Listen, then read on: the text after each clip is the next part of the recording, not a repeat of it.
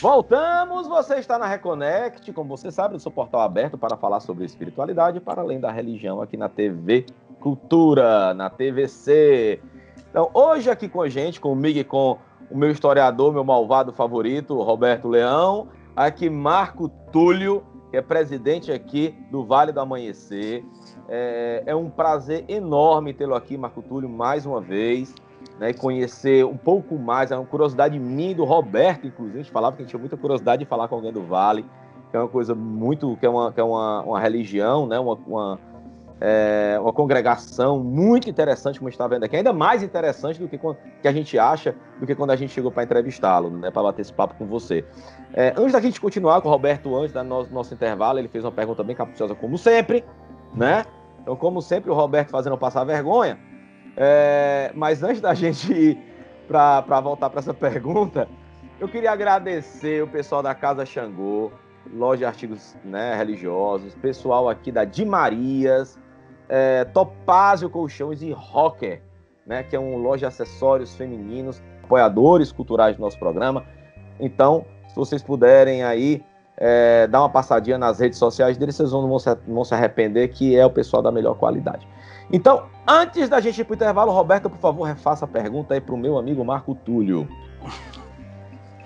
Lá vou, eu sou curioso, desculpa, Marco. Ele toda a vida, Marco Túlio, ele se esconde atrás dessa curiosidadezinha dele para fazer perguntas capciosas, entendeu? Mas vamos lá. Antes eu quero falar pro pessoal reconectado que é um prazer estar nessa 4ª temporada, que o nosso programa é de vocês, eu sempre reforço isso, a reconexão é nossa. E também agradecer os apoiadores culturais. E se você também quer nos apoiar culturalmente, quer fazer parte dessa reconexão, entre em contato com a gente no nosso Instagram, manda um DM pra gente, vamos ser muito agradecidos.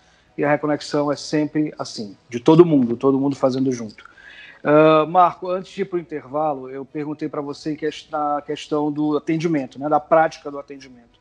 Então, a pessoa chega lá, o consulente chega lá, né, o visitante chega lá, com um problema para ser resolvido, existe um médium de incorporação, existe um médium de doutrinador, não é isso?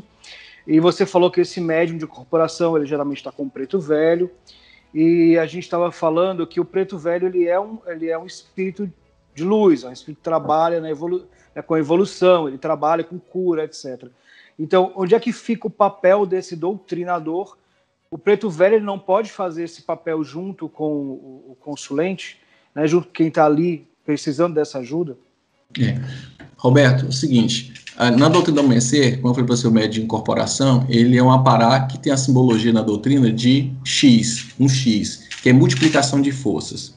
O doutrinador, o simbolismo do doutrinador é um sinal de visão, que separa o que é do céu e o que é da terra. Aí você me pergunta por que o preto velho, um espírito de luz, não pode fazer essa elevação. Aquele espírito sofredor que está naquele momento incorporado com o apará, ele necessita de um fluido magnético animal, o ectoplasma, esse que somente o ser humano encarnado dispõe.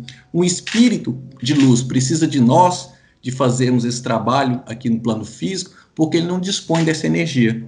Então, através do doutrinador, através de uma chave, através de uma doutrina, ele começa com a sua fala liberar esse fluido ectoplasmático, o magnético animal, que somente o homem encarnado, o homem, a mulher, o espírito encarnado tem essa energia. Então, com esse desprendimento da energia, ele faz uma elevação através de uma chave iniciática, e essa chave dá condições de conduzir esse espírito para um plano espiritual. E lá ele